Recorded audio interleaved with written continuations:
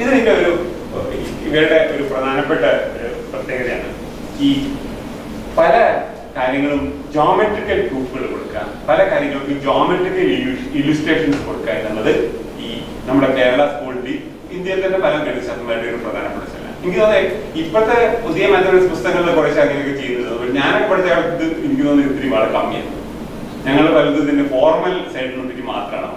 ഇവരെല്ലാം എന്ത് കാര്യത്തിനും ജോമെട്രിക്കലായിട്ട് പ്രൂവ് ചെയ്യാൻ വേണ്ടിയിട്ട്, അത് ഒരു കാര്യത്തിന് ഇപ്പൊ A+B² അല്ലെങ്കിൽ AQ-BQ ഇതിനെ പറ്റിയൊക്കെയുള്ള ഐഡന്റിറ്റികളൊക്കെ ഉണ്ടോ, ഇതിനെ പറ്റിയൊക്കെ ഇവര് പറയുമ്പോൾ എല്ലാം അവർ ജോമെട്രിക്കലായിട്ട് അത്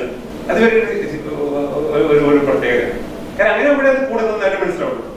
എനിക്ക് തോന്നുന്നു ഇടക്കാലത്ത് സ്കൂളിലൊക്കെ മുമ്പ് ഞാനൊക്കെ പഠിച്ച കാലത്തെ സ്കൂളുകൾ ഇതൊന്നും ഇത്ര നല്ല രീതിയിലുള്ള ഇപ്പൊ കുറച്ച് സ്കൂൾ ടീച്ചിങ്ങിൽ മാറ്റം ഇങ്ങനെ പറഞ്ഞു കഴിഞ്ഞാൽ ആൾക്കാർക്ക് നന്നായിട്ട് ഇങ്ങനെ ഓരോ ഉദാഹരണം ഇപ്പൊ ഇതുപോലുള്ള സമചോദനകൾ വെച്ചുകൊണ്ടുള്ള കളി. ഇപ്പൊ ക്യൂബുകളെ പറ്റിയുള്ളതാകുമ്പോൾ AQ-BQ അല്ലെങ്കിൽ AQ+BQ പറ്റിയൊക്കെ പറയുന്നത്. അപ്പൊ അങ്ങനെ പറയുമ്പോൾ അതൊക്കെ ക്യൂബിക് ഷേപ്പിലുള്ള ഓരോ സാധനങ്ങളുടെ അതിനെ മുറിച്ച് റീഅറേഞ്ച് ചെയ്യുന്നതിനെ പറ്റി. അപ്പൊ ക്രിയാകർമ്മ രീതിയിലൊക്കെ അങ്ങനത്തെ ഒരുപാട് കാര്യങ്ങൾ ഇതൊക്കെ നമുക്ക് കുട്ടികൾക്ക് കൂടെ മനസ്സിലാവും. അപ്പൊ എനിക്ക് തോന്നുന്നു ഈ കേരള സ്കൂൾ ഓഫ് മാത്തമാറ്റിക്സിനെ പറ്റിയിട്ട്, ഇന്ത്യൻ മാത്തമാറ്റിക്സിനെ പറ്റിയിട്ടൊക്കെ നമ്മുടെ പഠനം നമ്മുടെ മാത്തമാറ്റിക്സ് ടീച്ചിങ്ങിൽ പോലും സ്വാധീനിക്കേണ്ടതാണ്. അതിനൊക്കെ ഒരുപാട് കാര്യങ്ങൾ നമുക്ക് പഠിക്കാൻ പറ്റില്ല. ഒരുപക്ഷെ നമ്മൾ പഠിപ്പിക്കുന്നതിനേക്കാളും കൂടുതൽ നല്ല രീതിയിൽ പഠിപ്പിക്കാനുള്ള മെത്തേഡുകൾ ഈ ഉൾപ്പെടുത്താനുള്ള ചാൻസ്. ഞാനിവിടെ പറയാനുള്ള കാരണം ഇവിടെ എഡ്യൂക്കേഷനൊക്കെ ആൾക്കാർ ഇരിക്കുന്നു. ഇത് ഏറ്റവും നല്ല ഉദാഹരണമാണ് നീലകണ്ഠ സോമാജിയുടെ ആര്യഭടീയ ഭാഷ തുടങ്ങിയുള്ള കൃതികൾ, യുക്തിഭാഷ, ക്രിയാകർമ്മഗിരി, ശങ്കരാചാര്യന്റെ ക്രിയ. യുക്തിഭാഷയുടെ വേറെ ഭാഗത്ത് പറഞ്ഞ ഒരു അധ്യായമാണ് ദശപ്രശ്നം. ചിത്രഭാനു 21 എന്നെ പറ്റി പറഞ്ഞില്ലേ, ഇവിടെ 10 നോക്കുന്നില്ല. അത് XY എന്നുള്ള 2 ഇന്റിജർ എണ്ണംസ്. അങ്ങനെയാണെങ്കിൽ X+Y, X-Y, XY, X²+Y², X²-Y². ഇതിൽ ഏതെങ്കിലും 2 കിട്ടിക്കഴിഞ്ഞാൽ അപ്പൊ എത്ര പോസിബിലിറ്റി ഉണ്ടാവും? 10 ഉണ്ടാവും. ആ 10 കേസിലും എങ്ങനെ X മേടിക്കാൻ പറ്റും, അതിനെ പറ്റിയുള്ള ഒരു ചെറിയൊരു അധ്യായമാണ് ദശപ്രശ്നം എന്ന് പറയുന്നത്. ഇത് അത്ര വലിയ പ്രധാന കാര്യമല്ല. ചിത്രഭാനും ഇതിനേക്കാളും കൂടുതൽ കോംപ്ലിക്കേറ്റ് ആയ കാര്യം നമ്മുടെ ക്യൂബുകളുടെ ഡിഫറൻസും ക്യൂബുകളുടെ സംബന്ധിച്ച്. യുക്തിഭാഷയുടെ 3 എഡിഷൻസ് ആണല്ലോ ഞാൻ പറഞ്ഞത്. ആദ്യം വന്ന എഡിഷൻ 1948 വന്ന മംഗളോദയം എഡിഷൻ. ഈ മംഗളോദയം എഡിഷന്റെ ഒരു പ്രത്യേകത അന്ന് യുക്തിഭാഷയുടെ ഒരു ഭാഗം മാത്രമേ, ഫസ്റ്റ് വോളിയം മാത്രമേ. അത് ആ ബുക്കിലുള്ള വേറെ കൗതുകകരമായ കാര്യം എന്താ അറിയോ, ഇപ്പൊ നമ്മള് അതിൽ ജോമെട്രിക്കൽ ചിത്രങ്ങളൊക്കെ വരയ്ക്കുമ്പോൾ ഞാനിവിടെ ABCD എന്നൊക്കെ പേര് കൊടുത്തത് മംഗളോദയം പുസ്തകത്തില്, അതായത് അഖിലേശ്വരയ്യര് രാമവർമ്മൻ വരുത്തം കൂടി പബ്ലിഷ് ചെയ്തത്. അതില മലയാള ഞാൻ കൗതുകം പറയുന്നു. ശ്രമിച്ച വലിയ കുഴപ്പമൊന്നുമില്ല. നല്ല വരെ മലയാളീകരിക്കാൻ അതുപോലെ മലയാളീകരിക്കാൻ ശ്രമം നടത്തിയിട്ട്. എന്നാലും യുക്തിഭാഷയുടെ കേസിൽ അത് വളരെ സ്വാഭാവികമാണ്. മലയാളത്തിലുള്ള പുസ്തകം കൂടിയാണ്. അതിലൊരു ഇൻട്രൊഡക്ഷൻ, ഒരു അവതാരിക P. ശ്രീധരമേനോൻ എന്ന് പറഞ്ഞിട്ടാണ്, വിദ്വാൻ P. ശ്രീധരമേനോൻ എന്ന് പറഞ്ഞിട്ടാണ്. അദ്ദേഹത്തെ പറ്റി കൂടുതൽ വിവരങ്ങളൊന്നും എനിക്കറിയില്ല. യുക്തിഭാഷയുടെ ഒരു അവതാരിക എഴുതിയിട്ടുണ്ട്. അതിൽ അദ്ദേഹം ഒരു കൗതുകകരമായ കാര്യം പറയുന്നുണ്ട്. ഈ ഞാൻ പറഞ്ഞല്ലോ പരഹിത സമ്പ്രദായം പിന്നെ ദിഗ്ഗണിതം എന്നുള്ള 2 സമ്പ്രദായങ്ങളെ പറ്റി പറഞ്ഞു. ഗ്രഹഗണനായ രീതി ആദ്യം ഉണ്ടായിരുന്നത് ആര്യഭട്ടന്റെ രീതിയായിരുന്നു. അത് പരിഷ്കരിച്ചിട്ട് 684 പരഹിതം എന്നുള്ള രീതി വന്നു. അത് ഹരിതത്തിനാണ് അനൗൺസ് ചെയ്തത് തിരുനാവായ. ഈ പരഹിത രീതി കുറെ കാലം കഴിഞ്ഞപ്പോൾ അത് തെറ്റാന്ന് അറിയപ്പോഴാണ് ദൃഗണിതം പരമേശ്വരൻ 1480 ആവശ്യം. പക്ഷെ ഈ ദൃഗണിതം വന്നിട്ടും, പരഹിതം തെറ്റാണെന്ന് പറഞ്ഞിട്ട് പോലും ദൃഗണിതം വന്നിട്ട് പോലും പല ആൾക്കാരും ദൃഗണിതം ഉപയോഗിച്ചില്ല. ആലത്തൂർ ഗ്രാമക്കാരൻ, ആലത്തൂർ ഗ്രാമമാണ് പരമേശ്വരന്റെ ഗ്രാമം. പരമേശ്വരന്റെ മാത്രമല്ല ഇതിൽപ്പെട്ട മറ്റു പലരുടെയും ഗ്രാമമാണ് ആലത്തൂർ ഗ്രാമം. ആലത്തൂർ ഗ്രാമക്കാര് ദൃഗണിതം ഉപയോഗിക്കാൻ തുടങ്ങിയപ്പോഴും മറ്റു പല ഗ്രാമക്കാരും ചില കാര്യങ്ങൾ, ഉദാഹരണമായിട്ട് മുഹൂർത്തം കണ്ടുപിടിക്കാൻ പരഹിത സമ്പ്രദായം തന്നെയാണ് മറ്റുള്ളത്. ഇത് ശ്രീധരമേനോൻ പറയുന്നത് മാത്രമല്ല ഇത് എത്ര ബുദ്ധിയില്ലാത്ത കാര്യമാണെന്ന് പറയുന്നത്. കാരണം ഈ 684 ഉണ്ടാക്കിയ പരഹിത സമ്പ്രദായം ഉപയോഗിച്ചുകൊണ്ട് കണക്കൂട്ടുന്ന സ്ഥലത്തല്ല ഗ്രഹങ്ങൾ. ഇത് വെച്ചുകൊണ്ട് സമയം കണക്കൂട്ടിയാൽ മുഹൂർത്തമൊന്നും ശരിയാവില്ല എന്ന് 100% അറിഞ്ഞിട്ടും ഈ ആലത്തൂർ ഗ്രാമക്കാരല്ലാത്ത ഗ്രാമത്തിലെല്ലാവരും മുഹൂർത്തത്തിന് മാത്രം, മറ്റു കാര്യത്തിലല്ല. ഗ്രഹണം നോക്കുമ്പോൾ പറ്റില്ല, അത് പൊളിയുന്ന കാര്യമല്ല. ഈ മുഹൂർത്തത്തിന് മാത്രം പരഹിത സമ്പ്രദായത്തിന് ഉപയോഗിച്ചു.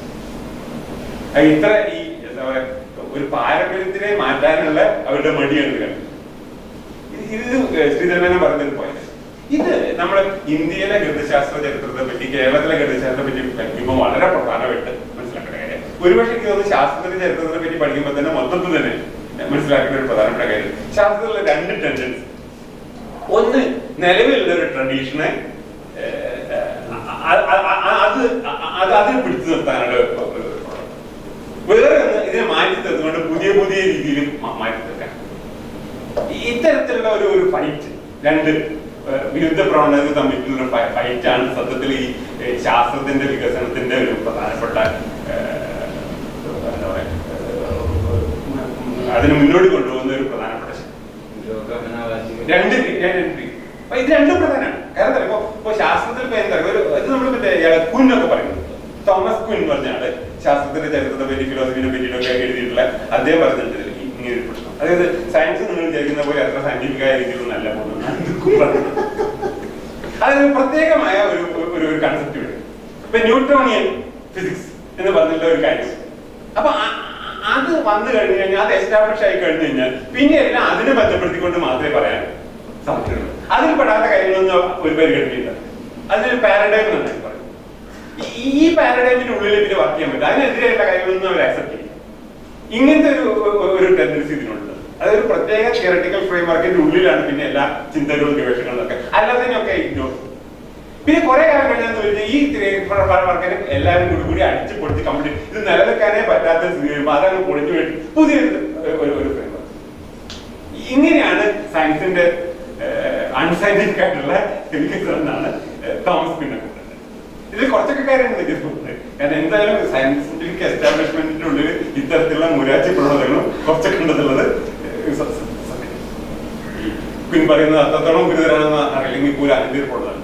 അതായത് ഒരു പ്രത്യേക തിയറി, ഒരു പ്രത്യേക കാഴ്ചപ്പാട് സയൻസിൽ എസ്റ്റാബ്ലിഷ് ചെയ്ത് കഴിഞ്ഞാൽ പിന്നെ അതിന് പൊളിക്കാൻ ഭയങ്കര, പക്ഷെ ഒഫ്കോഴ്സ് അതിന് പൊളിക്കാൻ വേണ്ടിയിട്ട് വിപ്ലവകാരികളായിട്ടുള്ള യുവ ശാസ്ത്രജ്ഞന്മാരെ ചെയ്യാൻ ശ്രമിക്കും. അപ്പോഴൊക്കെ ഭയങ്കര എതിർപ്പാണ്. എന്നിട്ട് ഒരു പ്രത്യേക സമയത്ത് ഇതിന് നിലനിൽക്കാൻ പറ്റാത്ത അത്തരത്തിലുള്ള അറ്റാക്ക് വരുമ്പോഴാണ് ഇതാണ് മൊത്തം പൊളിഞ്ഞു പോകും. പുതിയൊരു പാരഡൈം ഷിഫ്റ്റും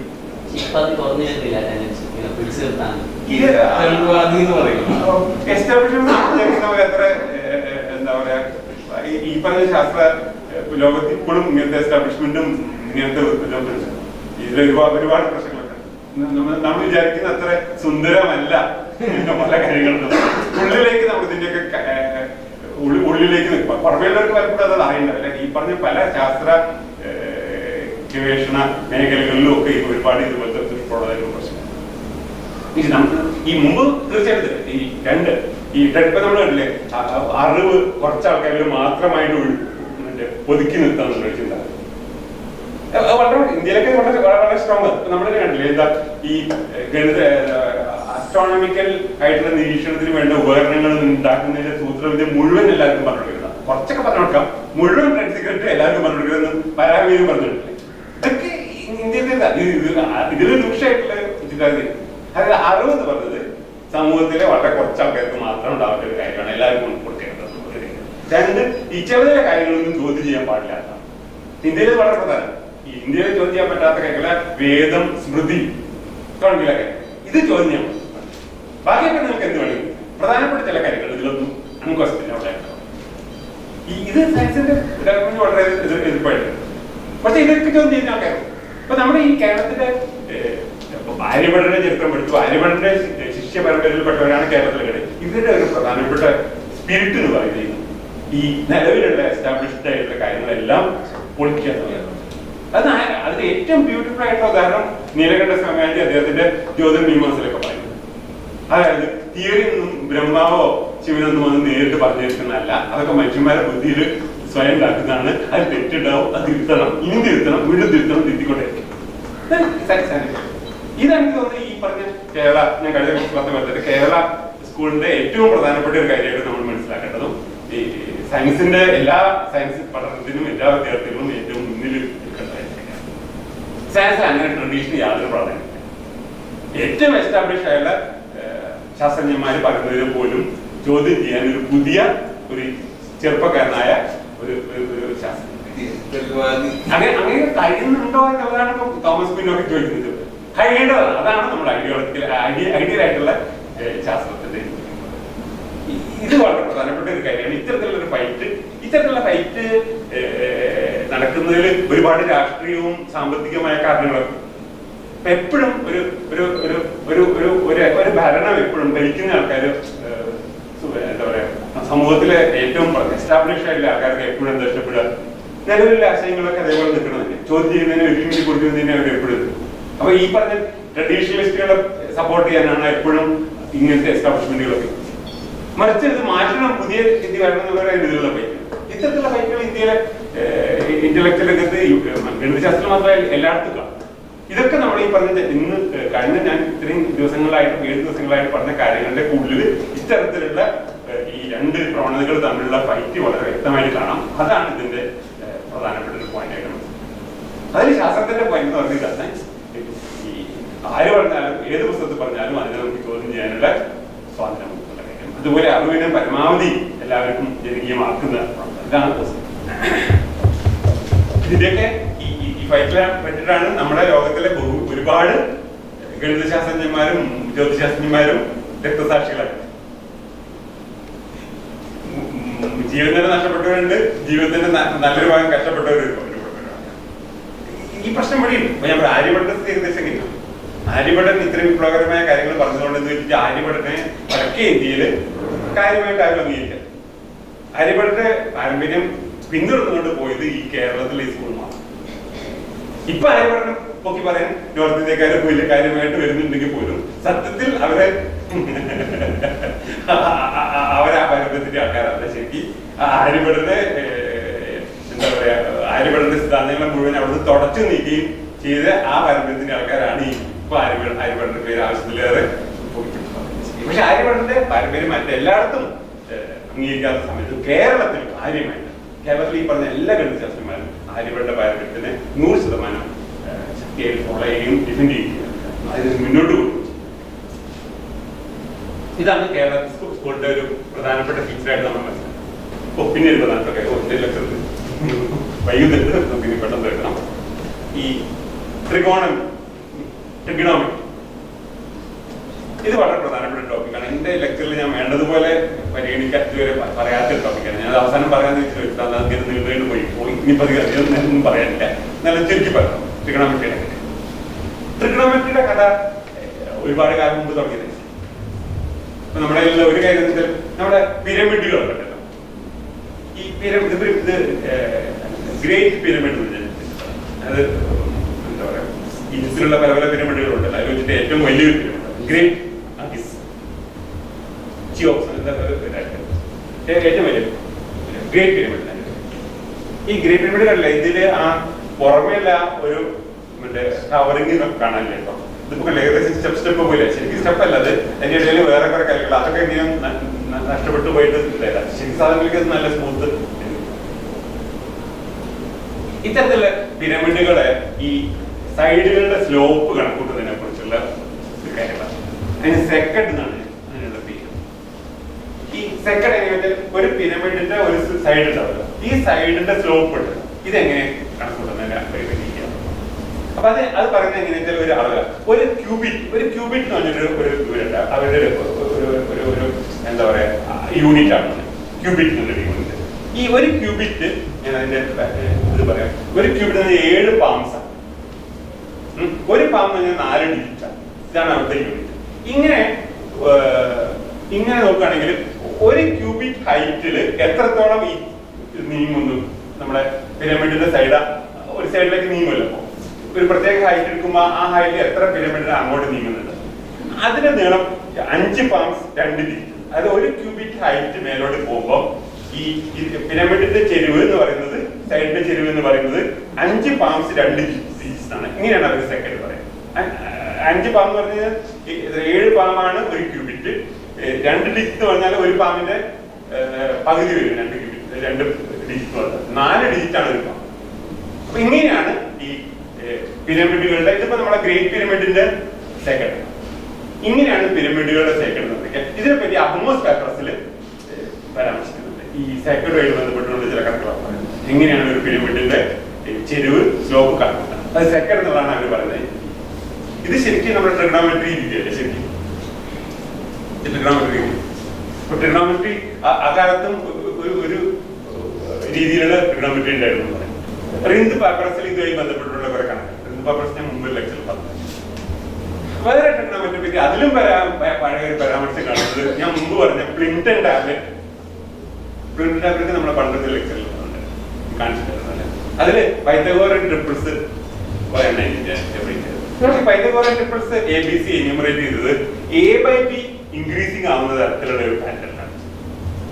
അപ്പൊ എന്തിനാണ് ഇവര് ഈ പൈതഗോറൻ ട്രിപ്പിൾസ് ഇത്രയാണ് എന്യൂമറേറ്റ് ചെയ്തതെന്ന് ചോദ്യം. അതിന് ഒരുപാട് ഗവേഷണങ്ങളൊക്കെ നടന്നിട്ട് തർക്ക വിതർക്കങ്ങളൊക്കെ ഉണ്ട്. ഒരഭിപ്രായം എന്ന് വെച്ചാല് ഇവര് ഈ പൈതഗോറൻ ട്രിപ്പിൾസ് എന്യൂമറേറ്റ് ചെയ്യുന്നത് ഈ റൈറ്റ് ആംഗിൾ ട്രയാങ്കിൾ പഠിക്കുന്നത് ട്രിഗണോമെട്രിക് ആയിട്ടുള്ള ആവശ്യമായിട്ടാണ്.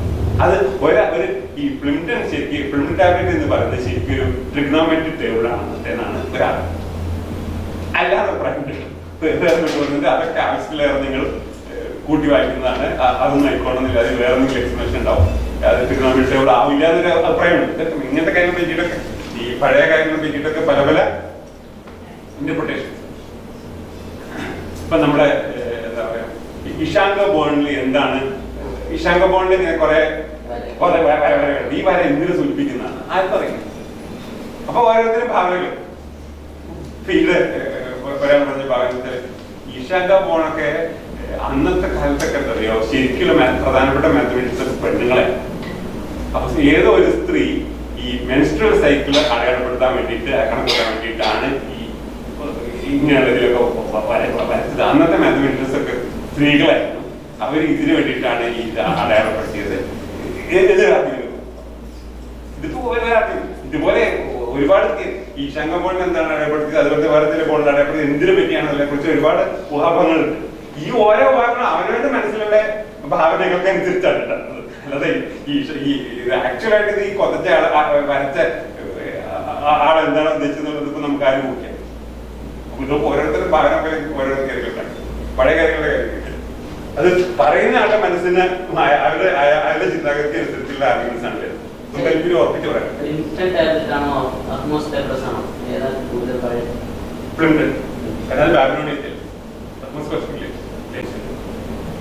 ഞാൻ പറഞ്ഞിരുന്നത് കാലൊക്കെ മുമ്പ്.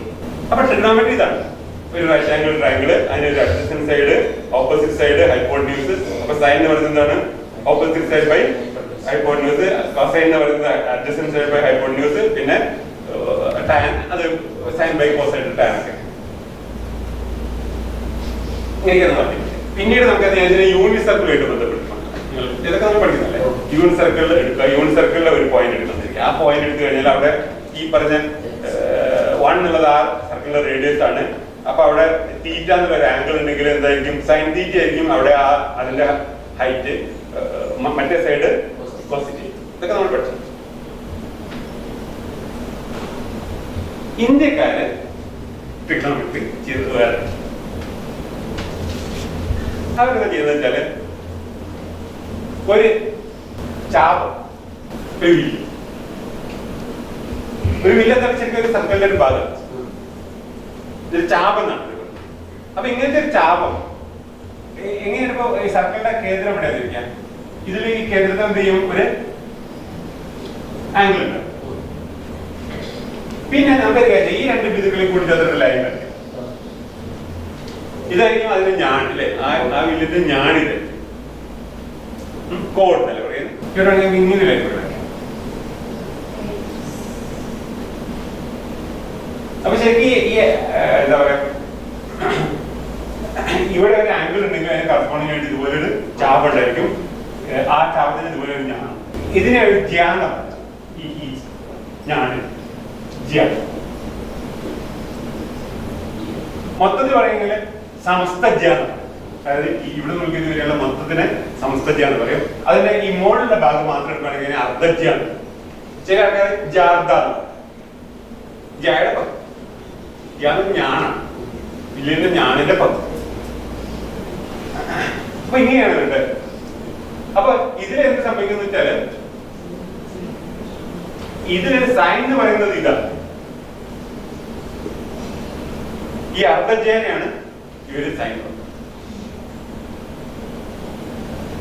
അപ്പൊ ഇത് കോടിക്ക കോജ എന്നാണ് ഈ സൈഡ് കോടിക്ക അതാണ് നമ്മുടെ കോസൈൻ. ഇതില് ശരിക്കും അവര് സാധാരണ കൺസിഡർ ചെയ്തില്ല, അവർ അർദ്ധജ്യം മാത്രമേ കൺസിഡർ ചെയ്യുന്നു. അപ്പൊ നമുക്ക് വേണമെങ്കിൽ ചിത്രത്തിന് നമുക്ക് വേണമെങ്കിൽ കുറച്ചുകൂടി സിംപ്ലിഫൈ ചെയ്തിട്ട് മോൾ ഭാഗം മാത്രം ഉണ്ടാവും. കാരണം അർദ്ധജ്യനെയാണ് അവർ ജ്യാന്ന് പറഞ്ഞത്. അപ്പൊ അവിടെ ജ്യ അടയാളപ്പെടുത്തിയിട്ടുണ്ട്, പച്ച നിറത്തില് ജ്യ ഉണ്ട്. അതുപോലെ കോടിക്ക താഴത്ത് കണ്ട മഞ്ഞ നിറത്തില് കോജ്യം. പിന്നെ വയലറ്റ് നിറത്തിൽ കാണുന്നത് വ്യാസാർദ്ധാണ്, റേഡിയസ് യൂണിറ്റ് തന്നെ അതല്ലെങ്കിൽ വേറെ നമ്പർ. ഇന്ത്യക്കാര് യൂണിറ്റ് സർക്കിൾ അല്ല എടുത്തത്, അവരൊരു പ്രത്യേക ഫിക്സഡ് റേഡിയസിൽ ഒരു സർക്കിളാണ്. ആ റേഡിയസ് അവരോരുത്തർ അവരുടെ സൗകര്യത്തിട്ട് കണക്കൂട്ടുള്ള സൗകര്യത്തിനനുസരിച്ച് പ്ലാൻ ചെയ്ത് വലിയൊരു സർക്കിൾ എടുത്തിട്ട് അതിന്റെ ചാപ കണ്ടില്ല അവര് ഒരു പ്രത്യേക ആളെ ഒരു പ്രത്യേക അയാളുടെ കണക്കൂട്ട സൗകര്യത്തിന് വേണ്ടി ഭാര്യപ്പെടേണ്ട ഒരു പ്രത്യേക റേഡിയസിലുള്ള ഒരു ചെയ്യുന്നത്, വേറെ ആൾക്കാണെങ്കിൽ വേറെ റേഡിയസ്. ഇങ്ങനെയുള്ള ആർ സയന്റിഫിക് കോസൈൻ. അപ്പൊ ഇങ്ങനെയുള്ള നമ്മുടെ യൂണിറ്റ് എടുക്കുകയാണെങ്കിൽ സയന്റിഫിക് കോസിറ്റി കിട്ടും. ശരിക്കും ഇവർക്ക് കിട്ടുന്ന ആർ സയന്റിഫിക് ആർ കോസിറ്റി. അപ്പൊ അവരെ ആർ കാസ്റ്റിറ്റി ആർ സയന്റിഫിക് ആണ് അവരുടെ ഈ ആർ എന്താന്നുള്ളത് അവരുടെ ഓരോ കൃതിയിൽ അവർ എടുക്കുന്നത്. മിക്കവാറും അവർ ആർ ചൂസ് ചെയ്യുന്നത് അവരുടെ കമ്പ്യൂട്ടേഷൻ സൗകര്യത്തിന് അനുസരിച്ചുള്ളതാണ് അവർ. അത് കാരണം അവര് ഈ സർക്കംഫറൻസിനെ ഡിവൈഡ് ചെയ്യാനുള്ള സൗകര്യത്തിനനുസരിച്ച് സർക്കംഫറൻസ് ഒരു പ്രത്യേക രീതിയിൽ കിട്ടത്തക്ക രീതിയിൽ അവർ ആറാണ്. ഇതൊക്കെ അവര് കണക്കൂട്ടൽ സൗകര്യത്തിന് വേണ്ടി ചെയ്തു. അപ്പൊ ഇതാണ് സംഭവം. പിന്നെ അവിടെ ഒരു ഉൽക്രമജ്യാണ്. അവിടെ ഇവിടെ ഒരു നീല വര കണ്ടില്ലേ ഈ ഭാഗം, ഇതിന് ആ ഭാഗത്തിനെയാണ് ഉൽക്രമജ്യ അല്ലെങ്കിൽ ശരാന്. ശരാന്ന് പറഞ്ഞാല് അമ്പ്. ശരിക്കും അമ്പല്ലേ അത്, അല്ലേ? ഇങ്ങനെ ഒരു അമ്പ് ഇവിടെ വേണ്ടത്. അപ്പൊ അത് ശരാന്ന്. അപ്പൊ ഇങ്ങനെയൊക്കെയാണ് അവരുടെ ടെർമിനോളജി. ഇവിടെ സംഭവം ട്രിഗണോമെട്രി തന്നെയാണ്, പക്ഷെ ഇവരുടെ ടെർമിനോളജി ഇങ്ങനെയാണ്. ജ്യാന് ചില ആൾക്കാർ ജീവാന്ന്, ജ്യാനുള്ള അർത്ഥത്തിന് ജീവാന്നുള്ള വാക്ക്. ഈ ജായെന്നാണ് നമ്മുടെ സൈമ. അത് വളരെ തമാശയുള്ള കാര്യം. അതായത്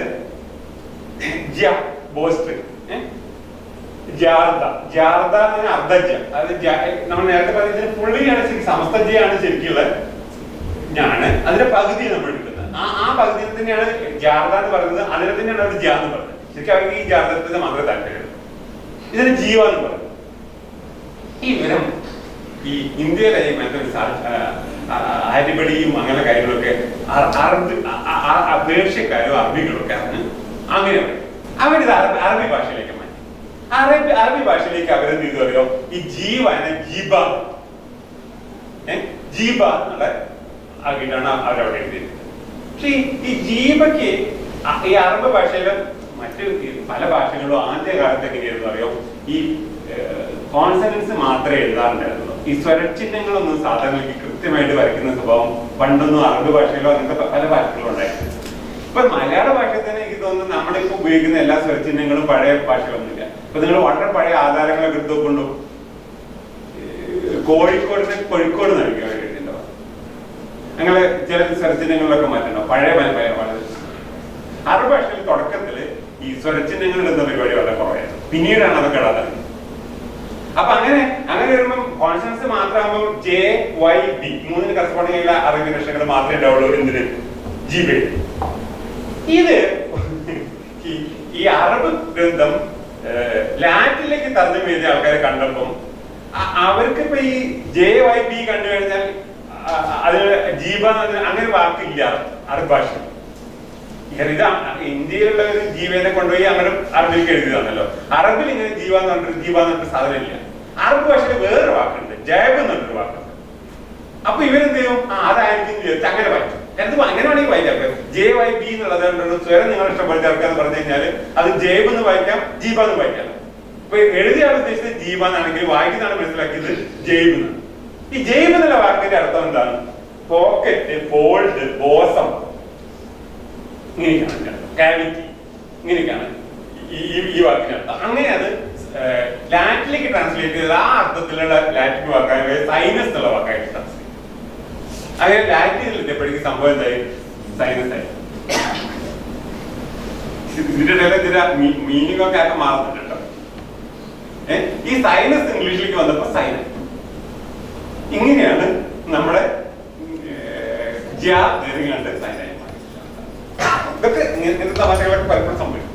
ഗണിതശാസ്ത്രത്തിലെ ഈ നൊട്ടേഷൻസിന്റെ ചരിത്രത്തിൽ ഇങ്ങനത്തെ കാര്യങ്ങൾ പലപ്പോഴും സംഭവിക്കും. ഇതിൽ ആര്യഭടൻ സൈൻ ടേബിൾ അദ്ദേഹത്തിന്റെ ആര്യഭടിയിൽ തന്നെ പറയുന്നുണ്ട്. മക്കി ബക്കി എന്നൊക്കെ പറഞ്ഞുള്ള എന്തൊക്കെയോ തുടക്കത്തിൽ ചില വാക്കുകൾ പറഞ്ഞിട്ടുണ്ട്. അതൊക്കെ ശരിക്കും ആര്യഭടൻ പറയുന്ന സൈൻ മാത്സ് ആണ്.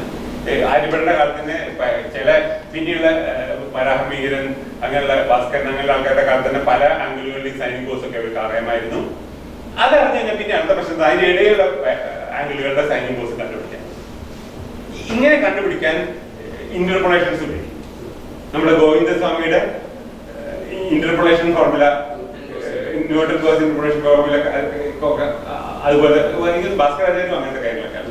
കാരണം ഈ സൈൻ ടേബിൾസ് ഉണ്ടാക്കുമ്പോൾ കുറെ വൈറസിന്റെ സൈനൊക്കെ നമുക്ക് കിട്ടും. അതിന്റെ ഇടയിലെ വൈറസിന്റെ സൈൻ കണ്ടുപിടിക്കും.